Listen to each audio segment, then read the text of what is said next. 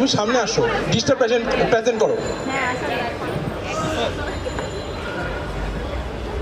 হ্যাঁ chef.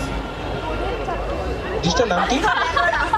Chef আমি আজকে করেছি সর্ষে ইলিশ, সাথে আছে চিংড়ি মাছের মালাইকারি, অবশ্যই থাকছে কাশ্মীরি পোলাও, আর ডেজার্টের জন্য থাকছে পেস্তা বাদামের শরবত।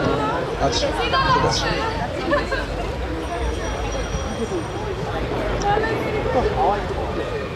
অস্থির।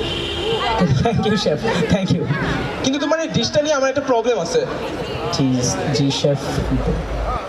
প্রবলেমটা হচ্ছে তুমি এই ডিশটা আমাকে আগে আরো প্রেজেন্ট করলে না কেন? ও আচ্ছা আচ্ছা, thank you chef, thank you thank you. আগে যদি প্রেজেন্ট করতা তাহলে আমি বুঝতাম যে কি জঘন্য ডিশ বানাতে পারো তুমি। ও সরি সরি শেফ, সরি। আসলে জঘন্য বলতে মাইকেল জ্যাকসন জঘন্য। ও আচ্ছা আচ্ছা আচ্ছা, ধন্যবাদ ধন্যবাদ শেফ, থ্যাংক ইউ। মাইকেল জ্যাকসন লাস্টের লাইফে কেমন ছিল জানো তো, তাই না? কত জঘন্য দেখতে ছিল। শেফ আমি বুঝছি না, আপনার কি ডিশটা ভালো লেগেছে নাকি খারাপ লেগেছে?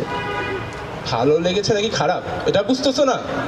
বের হয়ে যাও এখান থেকে, তোমার এখানে থাকার যোগ্যতা নাই। Sorry sorry chef, sorry sorry.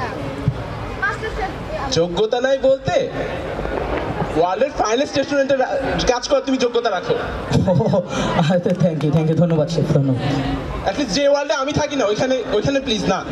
Sorry sorry chef. আসলে তোমাকে নিয়ে আমার একটু জেলাসি কাজ করে।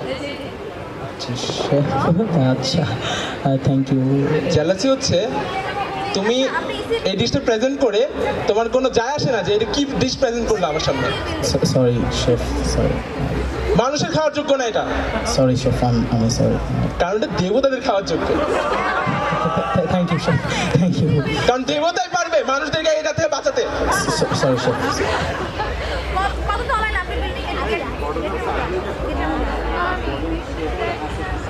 তুমি এখনো দাঁড়ায় আছো এখানে? Sorry chef. তুমি চলে যাও এখান থেকে, যাও। আগে একটু দাঁড়াও, বর্ষালা।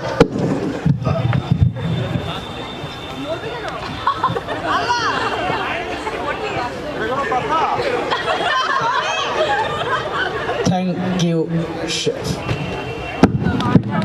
In conclusion, dish was